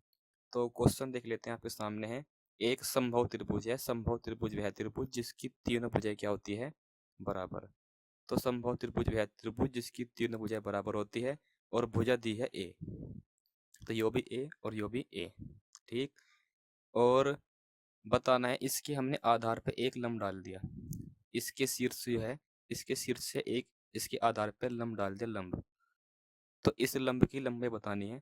तो इस लंब की जो लंबाई होगी वो आपको ध्यान रखनी है, √3 और बटे कितना, बटे 2, और जो भी इसकी भुजा है गुना वो। तो √3/2 ए। तो ऑप्शन ए ठीक है इस क्वेश्चन का राइट आंसर। तो √3/2 ए ये हो जाएगी इस लंब की हमारे पास माप या लंबाई। और इसी को हम बोलते हैं क्या नाम, त्रिभुज की लंबाई, त्रिभुज की ऊंचाई h। ठीक है ना, ये होती है त्रिभुज की ऊंचाई h भी कह सकते हैं इसको हम। ठीक। तो √3/2 ए हो जाएगी। ये भी आपको ध्यान रखना है, याद कर लेना है, इंपॉर्टेंट है। आगे देखो, बताना है 144 के अभाज्य गुणनखंडों में अभाज्य गुणनखंडों में अभाज्य गुणनखंडों की घातों का योग बताना है। क्या बताना है, 144 के अभाज्य गुणनखंडों में अभाज्य गुणनखंडों की घातों का योग बताना है। तो क्या करेंगे, देखो 144 को 2 से भाग करो, 2 से भाग करने पाएगा 72, फिर 2 से भाग करने पाएगा 36, 2 से भाग करने पाएगा 18, और फिर 2 से भाग करने पाएगा 9, और फिर 3 से भाग करने पाएगा 3, और फिर 3 एकम 3। तो इसके जो अभाज्य गुणनखंड आएंगे वो आएंगे 2 गुना, यानी कि इन सब की गुना कर दो ऐसे। तो ये 2 तो हमारे पास है 4 बार, और 3 है 2 बार। 3 क्या है 2 बार, 2 तो है 4 बार तो पावर 4 आएगी, 3 है 2 बार तो पावर 2 आएगी, और 4 और 2 6, तो घातों का योग 4 और 2 6 हो जाएगा इस क्वेश्चन का राइट आंसर। तो भाई आगे देखते हैं क्वेश्चन नंबर 17। तो क्वेश्चन नंबर 17 हमारे पास है, से अभाज्य संख्याओं का युग्म कौन सा है। अब देखो से अभाज्य संख्याएं कौन सी होती है। तो 2 संख्याएं से अभाज्य संख्याएं कहलाती है यदि उनमें कुछ भी कॉमन ना हो। यानी कि 2 संख्या ऐसी संख्याएं जिनमें क्या हो, कुछ, या फिर ऐसा सीख लो, ऐसी हमारे पास 2 संख्याएं जो आपस में किसी भी नंबर से ना कटती हो। ठीक है, नहीं दोबारा सुनिए मेरी बात। 2 हमारे पास ये जो है, मान लो 2 हमारे पास से अभाज्य संख्याएं हैं, तो ये 2 से अभाज्य संख्या ऐसी होनी चाहिए जो किसी भी नंबर से, यानी कि जो आपस में किसी नंबर से ना कटे। देखो ये कट जाएगी, 5 एकम 5, 5 तिया 15, 7 एकम 7, 7 तिया 21, 31 एकम 31, 31 तिया 93। तो ये एक सेम नंबर से आपस में कट रही है, तो ये से अभाज्य संख्या नहीं है। अब देखो ये हमारे पास 18 है और 25 है, ये आपस में किसी भी नंबर से दोनों नहीं कटने की, तो इसीलिए यह हो जाएगी से अभाज्य संख्याएं। Right answer option number A. इसके बाद देखते हैं आगे क्वेश्चन नंबर 38। तो क्वेश्चन नंबर 38 आपके सामने है। तो देखते हैं यह क्वेश्चन करना कैसे है। तो सबसे पहले हमारे पास है tan थीटा, और tan थीटा बराबर क्या होता है देखते हैं। तो वही क्वेश्चन हमारे पास है 38। tan थीटा बराबर दे रखा है 8/15, और tan थीटा फॉर्मूला क्या होता है, लंब बटे आधार। हमें निकालना है cos थीटा, तो ये कोसेक थीटा, क्या निकालना है, कोसेक थीटा। और कोसेक थीटा फॉर्मूला क्या होता है, कर्ण बटे लंब। तो हमें इस क्वेश्चन का आंसर निकालने के लिए कर्ण चाहिए, और कर्ण कहाँ से निकलेगा, एक फॉर्मूला होता है पाइथागोरस प्रमेय, याद करनी है। कर्ण का स्क्वायर बराबर होता है लंब का स्क्वायर प्लस के आधार का स्क्वायर। तो लंब कितना है 8, यहाँ कर देंगे 8 का स्क्वायर, फिर आधार कितना है 15, यहाँ कर देंगे 15 का स्क्वायर। तो 8 का स्क्वायर आएगा 64, 15 का स्क्वायर आएगा 225, दोनों को जोड़ने पर आएगा 289, और 289 किसका वर्ग है, ये है 17 का। तो यानी कि कर्ण कितना आएगा 17 आएगा। तो उसको लिखेंगे यहाँ पे 17, और जो लंब है वो है 8, तो यानी कि 17/8 इस क्वेश्चन का हो जाएगा right answer option number A. ठीक। उसके बाद देखते हैं आगे नेक्स्ट क्वेश्चन। क्वेश्चन नंबर हमारे पास है नेक्स्ट 39। तो हमें यहाँ पे दिया है 2 कोस 3 थीटा बराबर 1 2 से यहाँ भाग कर दो तो कोस 3 थीटा बराबर आएगा 1/2। और कोस में 1/2 किसका मान हो, ये होता है कोस 60 का मान पता होना चाहिए। बराबर है कोस 3 थीटा, कोस से कोस कट जाएगा तो 3 थीटा बराबर आएगा 60 डिग्री और 3 से कट जाएगा 60, 3 दूनी 6, तो थीटा बराबर आएगा 20 डिग्री। इस क्वेश्चन का राइट आंसर ऑप्शन सी। उम्मीद करता हूँ आपको समझ में आ गया होगा। बस आपको ध्यान रखना है 1/2 क्या होता है, कोस 60 का मान। ठीक, आगे देखो नेक्स्ट है क्वेश्चन नंबर 40।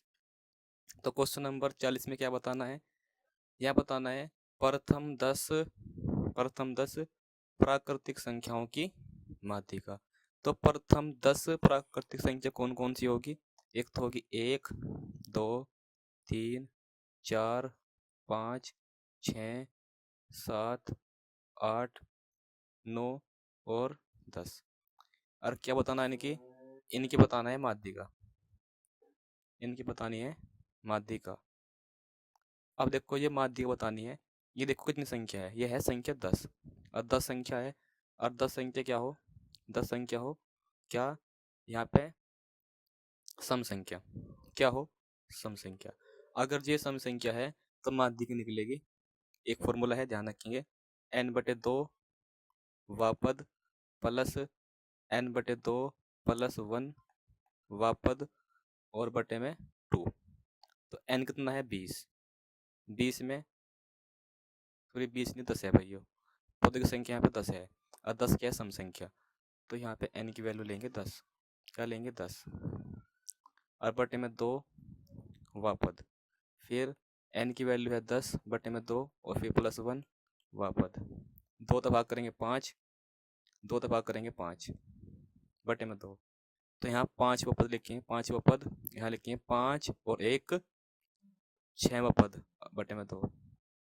और 5 पद कौन सा है, 5 है, छठा पद 6 है, 5 पद 5, छठा पद 6 बटे में 2, 6 5 11, 11 को 2 से भाग करेंगे तो यहाँ पे कितना आएगा, यहाँ पर आएगा 5.5, यहाँ पर आएगा 5.5, यानी कि ऑप्शन नंबर डी इस क्वेश्चन का हो जाएगा राइट आंसर।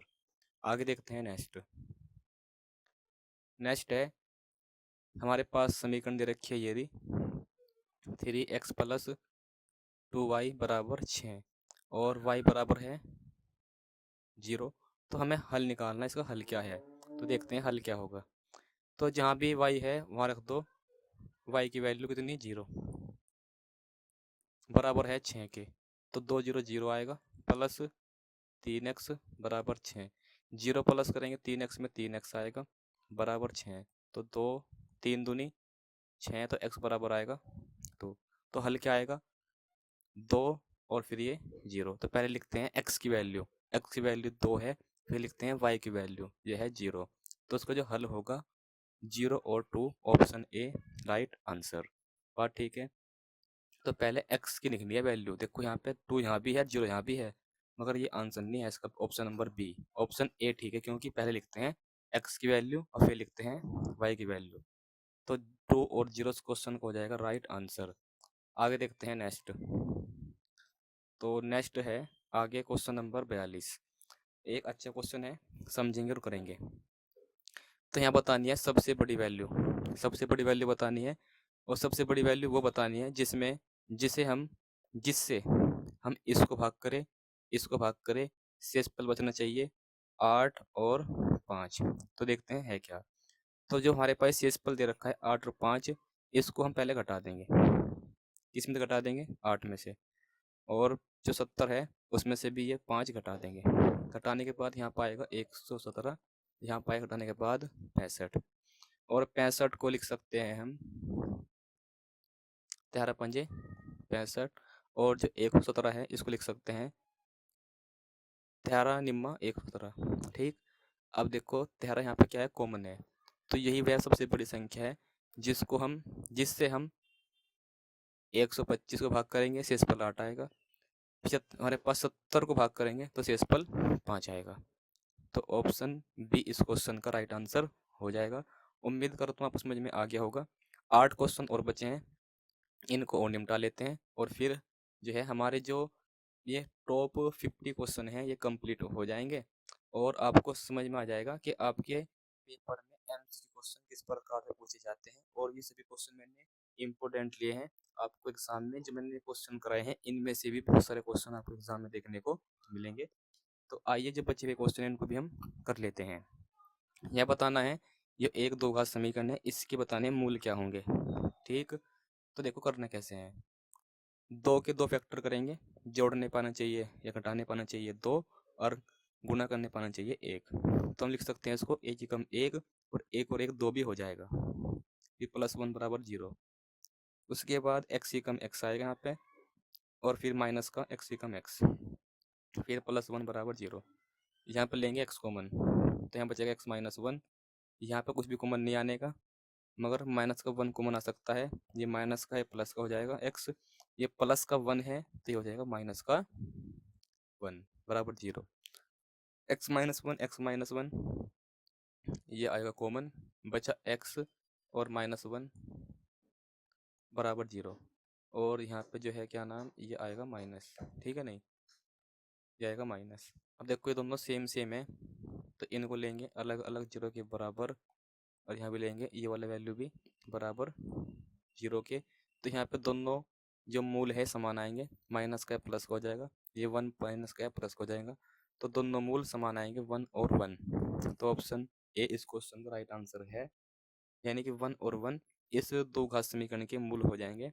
तो हमें फैक्टर करने हैं, फैक्टर करने के बाद अलग अलग 0 के बराबर रखना है, और फिर ये माइनस का 1 है इधर प्लस का हो जाएगा, और ये माइनस का 1 भी इधर आके प्लस का हो जाएगा। बात ठीक है। तो इस क्वेश्चन का राइट आंसर ऑप्शन ए है। आगे देखते हैं क्वेश्चन नंबर 44। तो 44 भी आसान क्वेश्चन है, शायद तो क्वेश्चन पीछे कर भी लिया है, दोबारा गौर कर लेते हैं। तो 7, 13, 20, 15, 23, इनका समांतर माध्य 18 है, x समान निकालना है। तो भाई समांतर माध्य फॉर्मूला क्या हो, पदों का योग। तो पद कितने हैं ये रहे, इन सबको जोड़ लो, 7 + 13 + 20 + 17 प्लस के 3x, ये हो समांतर माध्य फॉर्मूला। क्या, समांतर माध्य बराबर पदों का योग, और बटे में क्या आएगी, पदों की संख्या कितनी है, 1 2 3 4 5, और समांतर माध्य कितना है, ये 18, तो यहाँ पर आएगा 18। पदों को जोड़ते हैं, कितना आएगा, 17 और 13 30, 30 और 20 50, 50 और 7 57 प्लस के 3x, 57 आएगा, ठीक। और यहाँ है 5, फिर 5 गुना यहाँ कर लो, तो 18 पंजे 90, और ये फिर जो है बराबर आएगा इसके 57 प्लस के 3x। 57 घटा दो उधर से, 90 में से, 90 में से घटा दो 57, तो घटाने के बाद बचेगा कितना, यहाँ बचेगा 33, और बराबर आएगा 3x, बराबर आएगा 3x। 3 दफा कर देंगे, 3 एकम 3, 3 एकम 3, तो x बराबर आएगा कितना, हमारे पास आंसर 11। तो 11 क्वेश्चन का राइट आंसर है, जो आपको समझ में आना चाहिए। आगे बात कर लेते हैं नेक्स्ट। तो भाई नेक्स्ट हमारे पास है क्वेश्चन नंबर 45। तो ये क्वेश्चन हम कर चुके थे, इसके हम जब हम यहाँ पे अभाज्य गुणनखंड करेंगे, तो अभाज्य गुणनखंड करने पर आएगा आंसर ऑप्शन नंबर बी।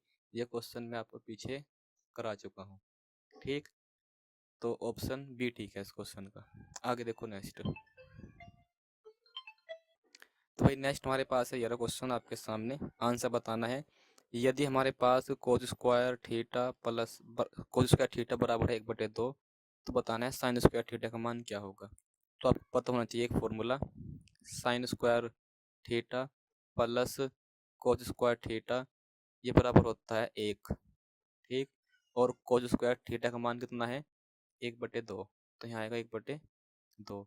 हमें निकालना है साइन स्क्वायर थीटा कितना होगा, हमें निकालना है साइन स्क्वायर थीटा कितना होगा, प्लस बराबर 1। यानी देखो ये तो है फॉर्मूला बराबर हमारे पास 1 के, और इसमें कोस स्क्वायर का मान दिया है 1/2, तो कोस स्क्वायर के स्थान पे 1/2 ले लेंगे यहाँ पे, ठीक। और साइन स्क्वायर थीटा का मान निकालना है, तो कैसे निकलेगा देखो, 1/2 1 की तरफ जाके माइनस हो जाएगा, और हम जब 1 में से 1/2 घटाएंगे तो घटाने के बाद आएगा 1/2। तो 1/2 उस क्वेश्चन का राइट आंसर है ऑप्शन नंबर डी। आगे देख लेते हैं नेक्स्ट। तो नेक्स्ट हमारे पास है क्वेश्चन नंबर 47। तो भाई आगे देखते हैं। नेक्स्ट हमारे पास है बेलन का। बेलन का जो आधार का क्षेत्रफल है ये कितना होता है? क्वेश्चन मिस्टेक है, थोड़ा दोबारा देखना पड़ेगा क्वेश्चन भाई, ये भी पूरा क्वेश्चन नहीं है इसमें, थोड़ा मैं देख लूँ। तो भाई इस क्वेश्चन में ये मिस्टेक है थोड़ा सा, यहाँ ध्यान देंगे। यहाँ बताना है, क्वेश्चन में बताना है आधार की त्रिज्या ज्ञात करो। आधार की क्या त्रिज्या ज्ञात करो। तो इसमें क्वेश्चन में ये है गड़बड़, ठीक है ना? क्वेश्चन सही है। तो एक बेलन है, तो बेलन के आधार का क्षेत्रफल ये होता है पाई आर स्क्वायर, और ये बराबर दिया है 9 पाई के। किसके दिया है? 9 पाई के। तो पाई से पाई कट जाएगा, और आर स्क्वायर बराबर आएगा, ये 9 है, किसका वर्ग है? 3 का। तो स्क्वायर तो स्क्वायर कैंसिल, तो आर बराबर आएगा 3। और जो बेलन के आधार की जो त्रिज्या हो ना, वो आर बराबर हो, ठीक है नहीं? तो आर का मान यहाँ पे कितना हो जाएगा? इस क्वेश्चन का right answer 3, option B answer. तो ये था ये क्वेश्चन, ठीक। आगे देखो नेक्स्ट। तो भाई नेक्स्ट हमारे पास है, ये एक श्रेणी है, इसमें सार्वंतर निकालना है। तो सार्वंतर निकालने के लिए कोई भी दो संख्या ले लो अपने आसपास की। तो भाई मैं दो संख्या लेता हूँ, ये वाली जो आपस में नज़दीक हो ऐसे। तो दो संख्या ले लो, इनको आपस में घटा दो, और ध्यान देंगे अगले वाली संख्या में से पिछली वाली घटानी है। तो यानी कि -1 में से मुझे घटाना है -5। तो कितना आएगा देखो, माइनस का 1 सेम, माइनस माइनस प्लस 5, और 5 में 1 घटा देंगे तो 4। क्या यहाँ पे कर लो, 3 7 और 3 ले लो, मगर अगली संख्या में थे 7 में से पिछली घट संख्या 3 घटानी। तो इस प्रकार से निकाल सकते हैं सार्वंतर। और चाहे कोई भी दो संख्या ले लो जो सीरीज में दी है, मगर होनी चाहिए आसपास वाली, क्रम से होनी चाहिए, ठीक है नहीं? तो इस प्रकार से घटा के सार्वंतर आ जाएगा। तो इस क्वेश्चन का राइट आंसर सार्वंतर हो जाएगा option number D, sorry option number A. Right answer जो कितना है 4। तो 4 राइट आंसर है यहाँ पे सार्वंतर समांतर श्रेणी का, ठीक। तो भाई दो क्वेश्चन और बच गए हैं, इन्हें निपटा लो, फिर जो है यह क्लास आज की जो है हमारे पास कंप्लीट हो जाएगी। उसके बाद एक बात और सुन लो भाई, जो हमारा चैनल है माई मैप ट्यूशन क्लासेस, जो आपका यूट्यूब चैनल है जिस पर आप ये वीडियो देख रहे हैं, इस चैनल पर आगे भी और भी महत्वपूर्ण वीडियो आती रहेगी, जिसका नोटिफिकेशन आपको टाइम पर मिल जाए। इसके लिए आपको हमारे इस यूट्यूब चैनल को सब्सक्राइब कर लेना है, और जितना हो सके इस वीडियो को अपने दोस्तों में भी शेयर कर देना है, जिससे कि उनको भी पता चल जाए कि यूपी बोर्ड एग्जाम में जो एमसीक्यू क्वेश्चन है वे कौन कौन से इंपॉर्टेंट हैं, जिससे कि उनको भी फ़ायदा मिले। एग्ज़ाम में जाके महत्वपूर्ण क्वेश्चन जो भी इस क्लास में कराए गए हैं वे सब एग्ज़ाम में पूछे जाएंगे, इसलिए इम्पोर्टेंट है क्वेश्चन। तो ये दो क्वेश्चन और देख लेते हैं। हमारे पास क्या है, एक पासा है, एक पासे को हमने उछाल दिया, तो उसमें सम संख्या आने की प्रायिकता क्या होगी? तो देखो पहले जान लो प्रायिकता हो क्या। तो प्रायिकता क्या होती है? प्रायिकता होती है अनुकूल परिणाम, यानी कि आने की संभावना, आने की संभावना, संभावना, आने की संभावना, संभावना बटे कुल संभावना, बटे कुल संभावना। अब देखो जो हमारे पास होता है पासा, पासा होता है लूडो गिट्टा। तो उस पर नंबर कौन कौन से होते हैं? 1 2 3 4 5 और 6। तो यहाँ पे निकालना है सम संख्या। हमने एक पासा फेंक दिया, उस पर सम संख्या आए, तो कितनी संभावना है कि सम संख्या आएगी? तो संभावना है 2 भी एक सम संख्या है, 4 भी एक सम संख्या है, 6 भी एक सम संख्या है। तो 3 संभावना हमारे पास सम संख्या आने की। और कुल संभावना कितनी है? कुल संभावना है 6, तो 6 बटे में आएगा। तो 3 एकम 3, 3 दूनी 6, तो प्रायिकता हो जाएगी इसकी 1/2। ऑप्शन ए राइट आंसर, ठीक। आगे सुन लेते हैं, देख लेते हैं आज की क्लास का लास्ट क्वेश्चन। तो यहाँ बताना है बिंदु पी की निर्देशांक क्या होगी। तो ध्यान देंगे निर्देशांक लिखते समय पहले लिखते हैं एक्स की दूरी, और फिर लिखते हैं वाई की दूरी। और यहाँ पे जो है बिंदु पी है, ये एक्स दूरी में कितना है? 3। तो यहाँ लेंगे 3, और जो ये बिंदु P है y दूरी में कितना है, माइनस के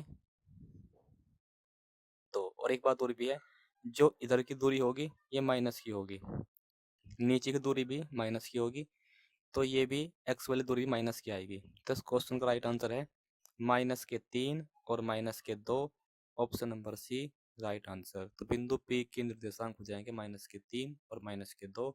तो भाई आज की जो क्लास थी ये कंप्लीट हुई, जिसमें हमने मोस्ट इम्पोर्टेंट 50 क्वेश्चन डिस्कस किए, और ये सभी क्वेश्चन मोस्ट रिपीटेड क्वेश्चन है, वेरी इंपॉर्टेंट क्वेश्चन है जो आपके एग्जाम में, बोर्ड एग्जाम में पूछे जाने हैं। तो यह क्लास आपने कंप्लीट देखी, आपको समझ में आया होगा, सब कुछ समझ में आया होगा। कुछ एक आध क्वेश्चन समझ में ना आया हो तो आपको वीडियो को दोबारा से देख के उस क्वेश्चन को देख लेना है, दोबारा से समझ में आ जाएगा।